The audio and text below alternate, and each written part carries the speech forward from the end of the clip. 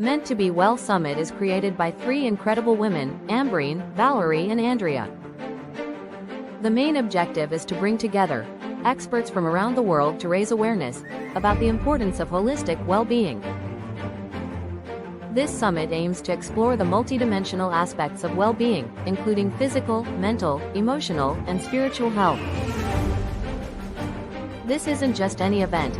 It's a unique, global summit marathon designed to cover all time zones across the globe. We created this event because we genuinely care about you.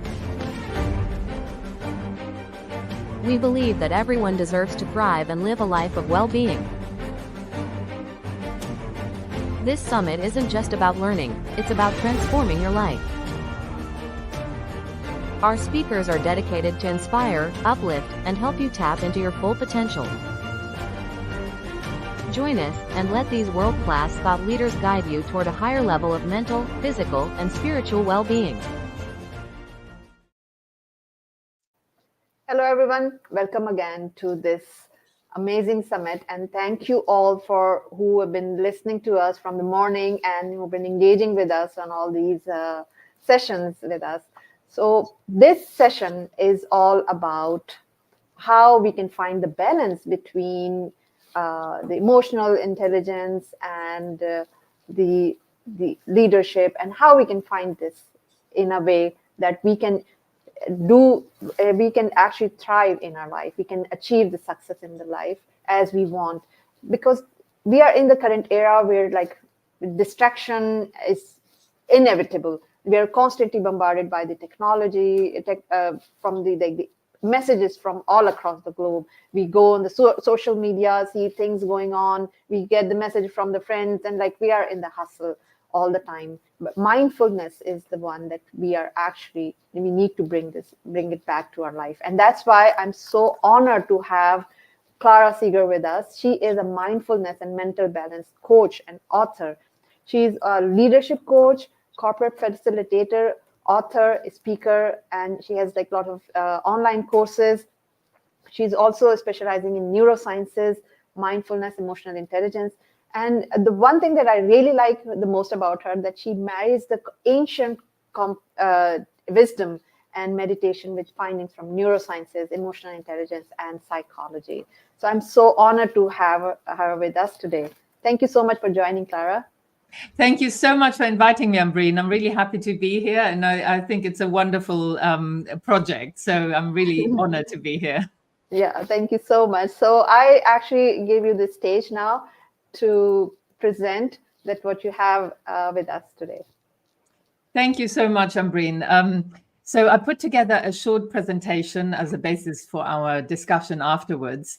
So this is on a topic that's very close to my heart, which I call why we tend to get well-being wrong. And most importantly, I want to share with you how we can get it right and how to cultivate a sustainable sense of well-being. Yeah. So to start with, I wanted to start with some statistics that are quite sad and shocking. 1 in 8 people in the world lives with a mental disorder. Depression is the leading cause of disability worldwide, and more than 5% of adults actually suffer from depression globally. And interestingly, the risks are 32% higher in wealthy countries. So I think this gives us the framing here, and it shows us that there is something that's clearly not going right.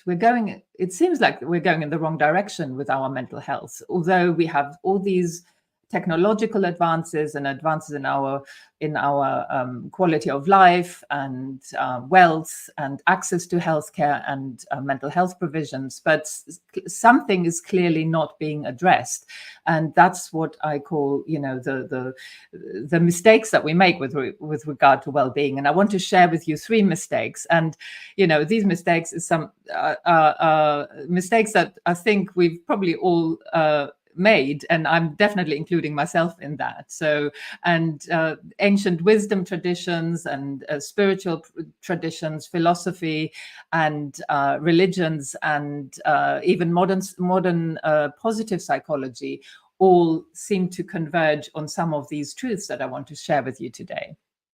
So the first mistake that we make is that we think that well-being is dependent on circumstances, and we think that things should be different than they are. And we keep making this, identifying a gap really between our current state and our desired state. And this has been called discrepancy-based processing. So really a fancy word of for saying there's a gap between where I am and where I want to be. And then we're trying to bridge that gap. And there's nothing wrong with that per se, and it can be a really good way of achieving our goals. It's been very successful in, helping us achieve goals. And I'm a trained coach. This is some of the work I've been doing with people, helping them achieve their goals. But when it comes to our mental health, it can be maladaptive, and it can actually undermine our own well-being, because we might think, I shouldn't be feeling this way. I'm not feeling worthy. I'm not happy. I'm prone to depression. I'm constantly anxious. And if only I weren't anxious, I could be happy. If only things were different, I could be happy. And by finding this, by identifying this gap between where we think we are and where we think we want to be, this gap actually almost gets hardwired into our thinking. It becomes bigger in our mind than it may be, right? And so this whole mistake that I call a mistake is this wrong premise that we have, that if only things were different, I could be happy. And some of it is because of me, and some of it, and a lot of it, is because of the outside world. And so we go about trying to fix the world. And fixing the world doesn't work, because the job is never done, right? Then there's always something else that needs to be done. It's like this ancient Greek myth of the myth of Sisyphus, who's pushing up the boulder up the mountain, and it keeps tumbling down, and you have to do it again and again. So this is like, fixing the world is a job that's never done. And part of the reason is, of course, that we have very limited control over other people. We have some control over what we do, but not that much control over the bigger picture, over others, even close family members. We can't control people, nor should we try to, of course. And we can't really change the state of the world single-handedly either. And then another problem we are encountering here is that everything is subject to change. There is impermanence, and things will always change. Even if things are perfect right now, and we have the perfect life, the perfect partner, the perfect family, the perfect living arrangements, the perfect job, something will change. We're getting older. Our body might kind of start playing up in some way. So there's it's really futile. It's and most of all, it undermines our resilience, because when we think that the world has to be perfect for me to be happy, and my mental health has to be perfect for me to be happy, then we're not training our resilience. We're just hoping that things will be different. So that's the first problem. The second mistake we make is that we think that happiness must be pursued. It's out there, and I have to get it. And I can get it like this fox here, looking for prey, looking to get something to feed itself, right? We are looking for it through material goods, by acquiring things, ordering things from Amazon. I'm sure we've all done it. Or chasing sensory experiences, just, holidays and lovely meals, and other sort of nice things that we can experience, activities, hobbies, etc. Then we're seeking social interaction to get the validation, the approval, the popularity, the praise from others to make us feel happy and worthy. And then the most subtle of all, and these are kind of in increasing levels of subtlety, the mental one is that we're constantly craving stimulation and entertainment. We can hardly ever just sit there with our mind without distracting ourselves in some way. Always, you talked to some of that in the introduction, always on the phone looking for information, for education, for stimulation, for entertainment. It's never ending, and we can never just be quietly in our room alone. So happiness is out there, and I can get it. And where does that get us? Well, we never find what we're seeking, because first of all, we're competing for finite resources. So if I really want that promotion at work and there's only one job going, someone else might get it, even if I'm brilliant. So we can't always have what we want. But even if we get what we want, we don't always like what we get, right? So how often have we achieved something or got something and then decided that, well, it wasn't that after all? And even if everything seems fine, it will never be enough. It's like drinking salt water. You're never quite satiated. You're never quite satisfied. There's always something else that we need to get from the world. And this is a perfect way to disempower ourselves, because it's really the premise that all the resources I need for my well-being are to be found outside. And I have nothing on my own. So I need to get it from outside. So that's the second mistake. And the third one, and this is really at the root of the other two, they're all linked, and this is the root cause. So it's misunderstanding what are the true causes of our well-being, because it's true that many of these things that we talked about already can contribute to our happiness. The relationships, the good job, the good living arrangements, having a body that's physically fit, relatively fit, these can all contribute to our happiness, but they act as catalysts, as contributing conditions. And catalysts are never the true sources of well-being, because these can be found elsewhere. So when we do that, our well-being, of course, when we engage in this mistake, our well-being is not sustainable. It's futile. We engage in a futile pursuit of trying to get something that is not to be found where we're looking. And it's kind of tragic, actually. And we engage in this vicious cycle of hope and fear. What do I mean by that? We're constantly hoping that we'll get what we want, what we think we need from the outside world, from other people, etc. And we are fearing that we won't.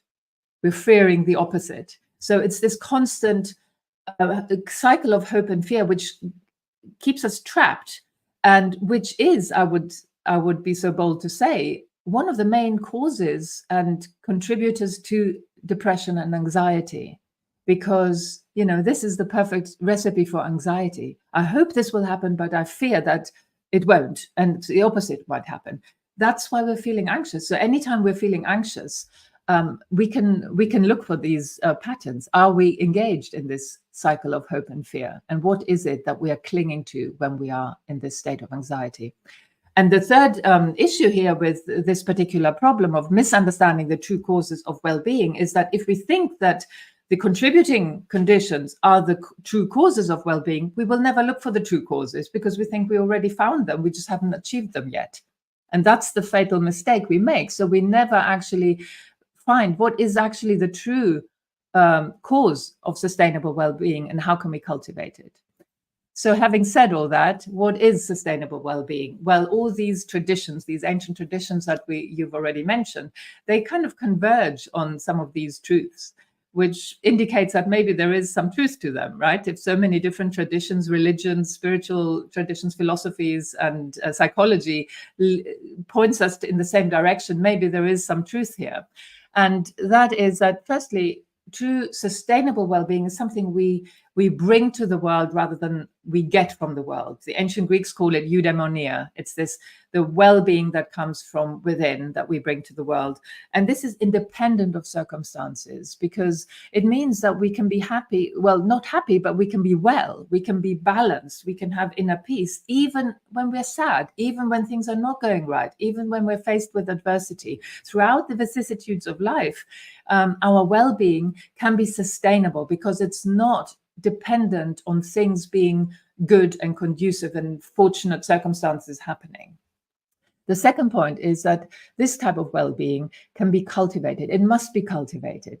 So saying that well-being is to be found within is not enough, right? Because we can do something to bring that about, but it has to be from the inside out. So we need to cultivate it rather than pursue it like the hunter-gatherer. It's more the cultivator approach of someone tending to their garden and plucking out the weeds and looking after the garden so that it can flourish.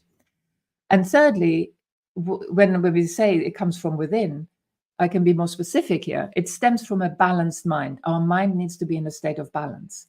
And what I find very helpful here is a framework that I want to introduce you to, which has been created by B. Alan Wallace, who's also my meditation teacher. And he put together this framework of, what are the 4 components of a balanced mind? How do we know that a mind is really, truly balanced? Well, first of all, we need to have cognitive balance.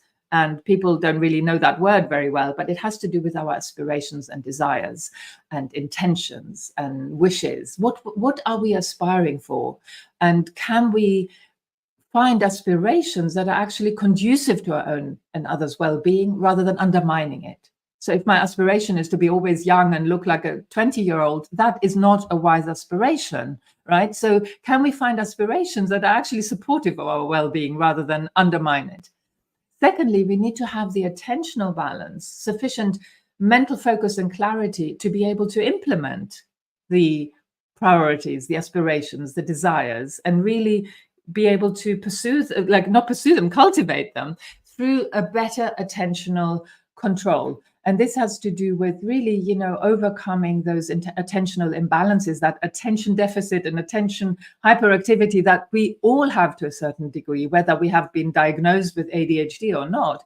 I think we're all suffering from that to various degrees. So this is about really cultivating our attention so that it's more balanced and we are not prone to these imbalances so much.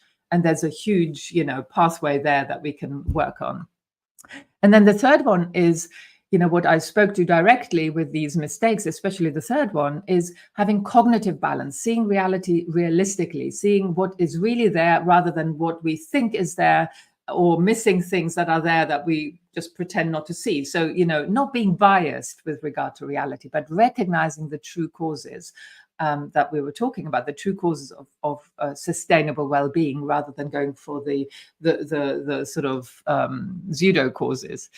So, and then fourthly, it's emotional balance. Now we come to emotional intelligence in its sort of full flourishing, which for me always includes not just cultivating the emotional intelligence qualities that we all know, but really going beyond this fluctuation between hope and fear that we were talking about, not always constantly hoping and fearing and hoping and fearing, but moving beyond that and actually including the wisdom means that we are cultivating wholesome affective qualities, wholesome emotional qualities like loving kindness and compassion and joy, and also a universal sense of caring without boundaries. And these are aspirations that we can set, and this is what will, really make us much more emotionally intelligent. So this is kind of the four main components of a balanced mind.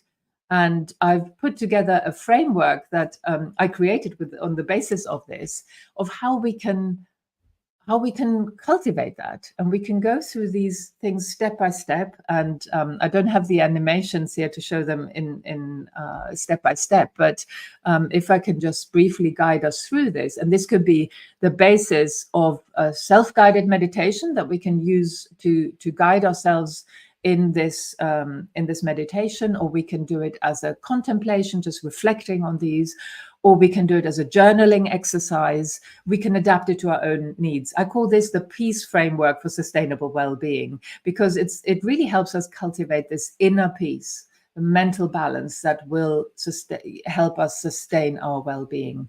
So the first one is really to start with our priorities. And, I invite us all on this call to arouse our motivation. We can do this right now. Our motivation for sustainable well-being, because we all want that. We may be misguided sometimes in how we can find it, where we can find it, but we all want to have sustainable well-being. So can we arouse this motivation and really reflect on what would that look like for me personally? Because everyone has a slightly different take on that, right? So what would it look like for you, Ambreen, and for all our listeners to have a sustainable sense of well-being? How would that manifest in our lives? And consider, to what extent do we maybe have to tweak our priorities that we have so far? Because we recognize, through what we talked about, we recognize that some of these priorities in our lives are maybe undermining our well-being. So how can we tweak those to shift the attention from non-sustainable to a sustainable sense of well-being by focus on what we can bring to the world rather than what we want from the world? And then the second step is, of course, ethics. And ethics is the foundation. We can't really hope to have mental balance or mental health let alone sustainable well-being, if we're not engaging in ethical behavior. And for me, that's simply to refrain from harming, and that includes ourselves, not harming ourselves, not harming others, not harming the environment, the world, through how we show up. And if we can do some good, then do some good. And we can all do some good, even just smiling at someone is doing some good, right? So can we reassess, how are we showing up every day? Reflecting on this. We can do this every morning. Reflect on, how do I want to show up? How can I refrain from, and minimize the harm that I do and I bring to the world? And the harm, not just through my physical actions, through my words as well, and through the way that I am attending to people and to myself and to the world, through the mind. So body, speech, and mind. And what can I do to bring some greater benevolence, some goodness, some kindness to the world? And then we get to attention, because we need to be able to train our attention. And this is something we can't just talk through right here on the call. And it's not just a matter of reflection. This is a matter of actually doing something, and what we can do to overcome the attentional imbalances, recognizing that, a scattered mind, a distracted mind, an agitated, restless, anxious mind is a sign that we are clinging to something that we want to achieve and something else that we want to avoid, recognizing that these attentional imbalances have to do with the way we are tending to reality, the way we are prioritizing certain things over others. So when we cultivate our attention, we can just simply engage in some mindful breathing. It's as simple as that. Can we just focus on our breath for the whole duration of the in-breath and the whole duration of the out-breath? And even if we just do one breath, that's a start, right? And then we can do 3 breaths and 10, and we can do it for 5 minutes, 10 minutes, and, unlimited. And that will help us train our attention and create a state of balance between relaxation, stability, and the clarity of attention. These should be in perfect balance. Well, I mean, we in greater and greater balance, let's say. Let's not put some perfection on it. And then the next one is cognition. Can we turn our attention to maybe these 3 mistakes that I introduced today and reflect, am I doing that? Am I engaged in that? Am I seeing reality through my biases, my projections? Do I have some blind spots?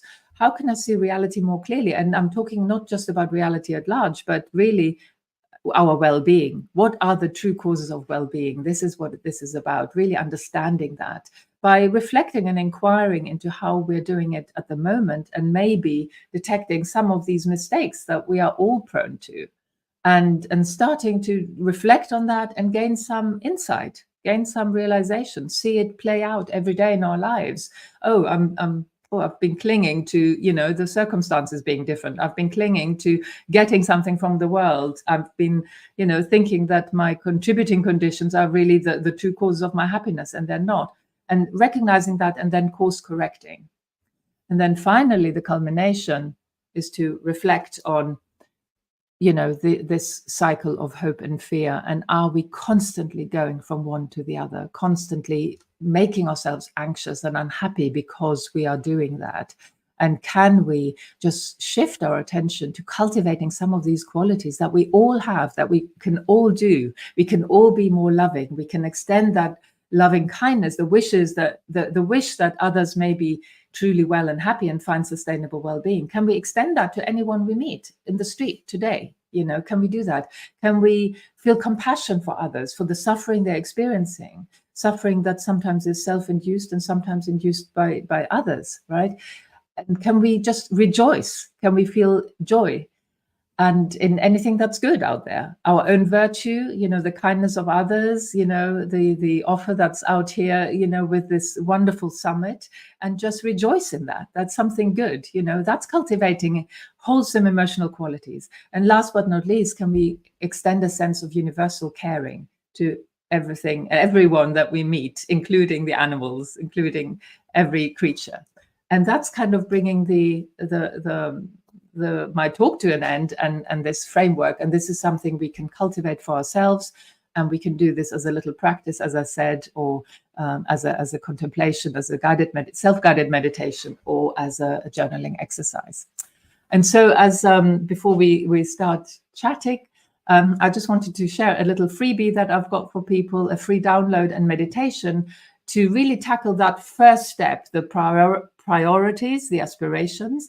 And I've got a guided meditation and a booklet, which is a 4-step process to create your own vision for flourishing, which is another word for sustainable well-being. So if people want to take a picture of this QR code, and they can access my guided meditation, my download, and so you can actually get started with wise aspirations to bring about sustainable well-being.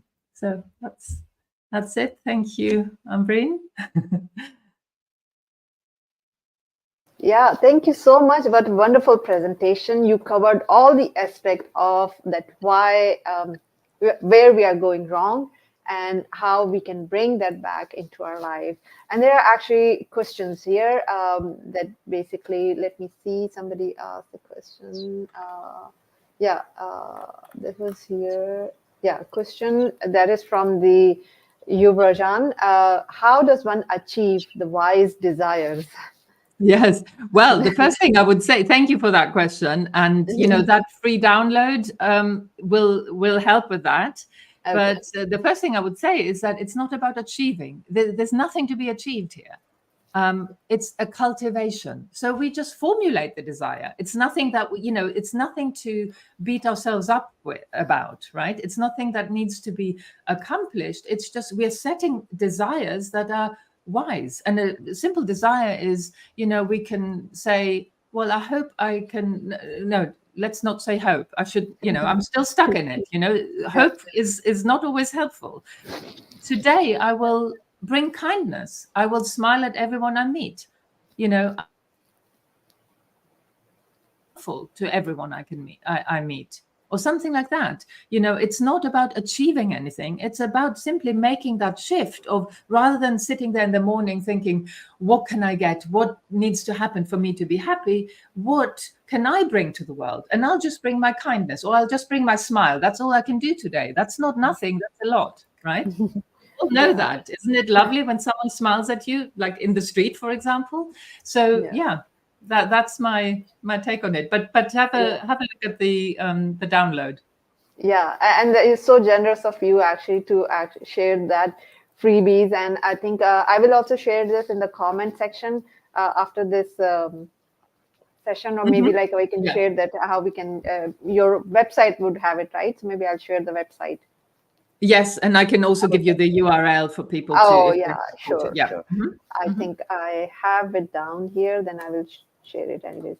So yeah, that's very. I mean, especially there's the part that we miss out is basically you mentioned in the presentation that our mind is actually constantly busy in like either thinking about the past or about the future. That why we are stuck in this situation, or when we're all or sometimes we're talking about that what's going to happen next. So we are either always in the past or in the future, but actually bringing our attention to the current moment actually makes us more mindful and see that, and makes us feel that what is the current or the present moment is giving us.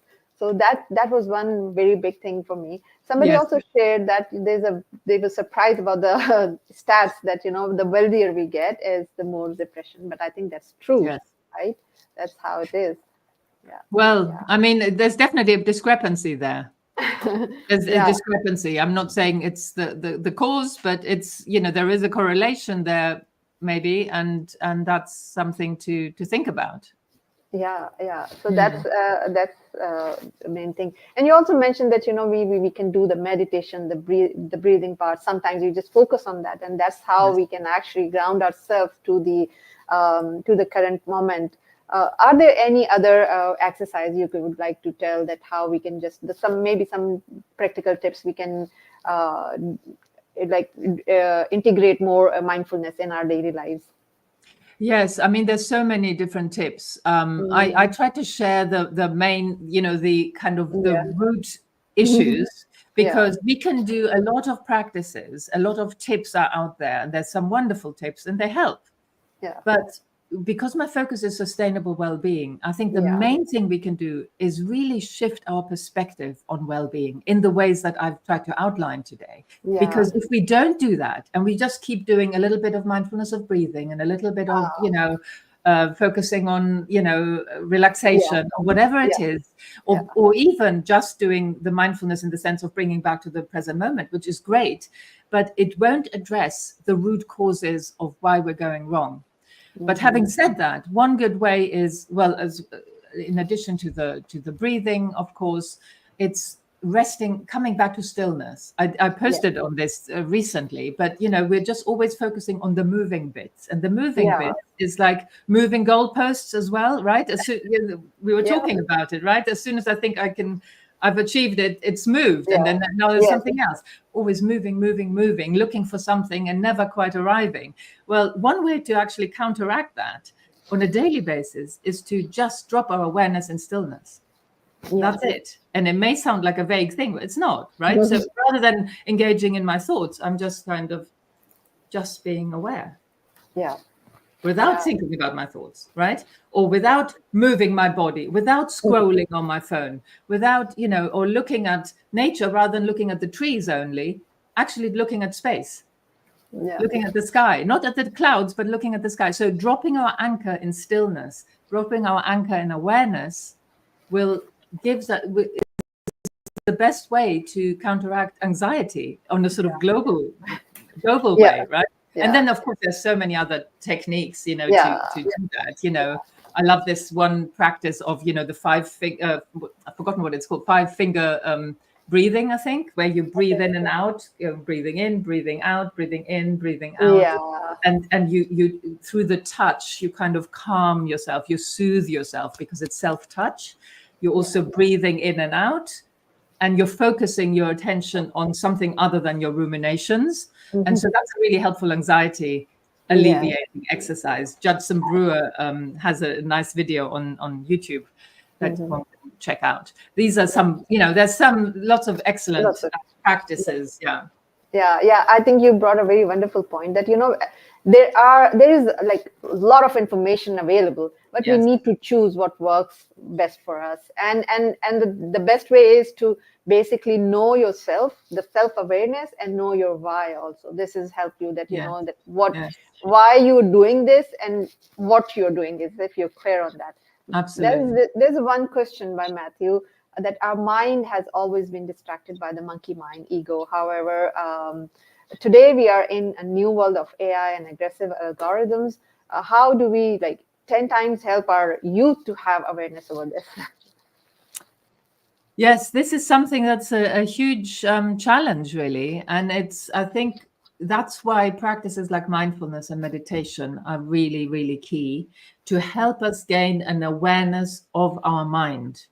That we and it's often called meta-awareness, the awareness of what my mind is doing, noticing that my mind is distracted, noticing that my mind is doing this and that, being aware of it. And that's a really great benefit of having some sort of mindfulness or meditation practice to hone our meta-awareness so that we can notice when our awareness gets sucked in and captured by this stimulus and that stimulus, and noticing how I'm getting more and more anxious, for example, or more and more depressed, because we're so focused on what's out there and what we want to get, as I was saying, that we distract ourselves from the real thing, which is the state of our mind, because that's what's going to bring us greater happiness or not, greater well-being, or greater suffering. So really, I think every school should have a mindfulness program, and that's what we should teach. That's the biggest gift we can give our children, to help them train themselves in that awareness of the power of their mind. I think that's I think every school should have it, or at least as a parent we can actually teach our kids to do the mindful practice, to be present in the moment. So that's one thing we can just do. I just actually add the website link to this for this. Maybe you can get the freebie from there. I'll also share it in the in the comment section.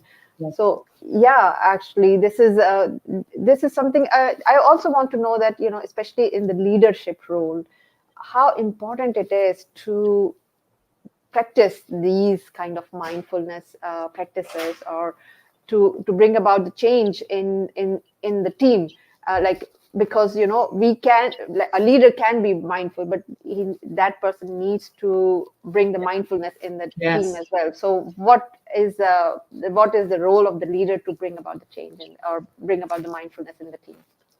Yes, I mean, the leader, I think it's an absolute must. I think, again, every leader should have some sort of practice where it doesn't have to be formal meditation, but something where they are honing these skills, the mindfulness, the meta awareness, but also the other qualities that are part of a balanced mind. Bring about greater emotional intelligence in the sense that I presented. So everything has to come together, and the leader has to focus that for themselves, but also in the way that they implement that with others. And it should just, for me, it's really, I have this phrase, creating a culture of sustainable well-being, because I think it's not enough, as you said, it's not enough for the leader to do that just for him or herself. It has to become part of the culture. This is the way we relate to each other. This is how we practice. This is how we help improve our attention. This is how we become free of bias, because this is what the cognitive balance has to do a lot with bias. So, and everything has to come together. It has to be part of the ethos, the culture, and become part of the culture of the team. Yeah, that's true. There's another question, that how do we overcome grief over losses in financial or death of loved ones? This is a huge issue, and I would definitely not. I won't be able to do that justice, especially the grief. But I mean, the losses, the financial losses, it has to do with letting go of the attachment to something, right? The expectations, the attachment. So the less we're clinging to happiness being out there and I need to get it, the more we can do that. I mean, grief is a big is a big topic. I'm not qualified to talk about it, and but what I would say is that grief is not it's not a mistake, right? Sadness is not a mistake. Grieving the loss of a loved one is not a sign of an imbalance in our mind, right? So I would like to say that. So there has to be time to grieve, to go through that process. It's not about overcoming it and pretending everything is okay. We can still, I think, and this takes practice, I'm sure, get to a stage where our mental balance is not completely overturned by grief. But this is more advanced stages, and this I'm sure takes time. But there is a time, and grief needs to be experienced, not suppressed, I would say. But that's all I can say right now. Yeah, absolutely. I mean, grief and losses are basically like, grief is a natural part. Like, whenever we lose something, we of course automatically will feel naturally. It's a natural emotion. But the thing is that we need to realize that what is it bringing out to us? Like, is it really making us or draining us, or it is giving us some energy? Because at the end of the day, we need to protect our energy. So one thing, like, when I was interviewing a grief coach, and she actually mentioned that, especially in the terms when we are actually lose a loved one, we just need to realize that we are all energy, and they have actually just changed their form from one type of energy to another. So you may not see them, but they are there with you, and it's like, if you can just you can have their memories with you, and you can just say that, okay, they are just not there in the physical world, but they are somewhere in the universe. They're out there. They have that frequency, they have that vibration, and you need to be happy that you were the part of that you experience their presence in their life. So that's why you honor them. Sometimes there happens that, especially when the grief happens for when they lose the loved one, sometimes they think that it is an honor to grieve, to to grieve about their loved one. Mm. But it's not something that is just always think that would they be happy to see you like that. So it's never an honor to actually grieve on someone when you lose them. You just honor that they were part of their lives. So Yes, yeah, reframing how one looks yeah, at it. Yeah, I love that. Yeah, absolutely. So anyways, thank you so much, Clara, for joining. thank you, It is thank you. such an honor to have you with us, and you shared wonderful slides, and especially your gift is really so generous of you. And thanks to all those audience who actually joined and who asked the question to make this conversation more meaningful and engaging. So thank you so much, and see you Thank you. in 10 minutes. Yes, Okay. thank you so much, Ambreen. Thank you, See and you. good luck to everyone. Okay. Bye-bye.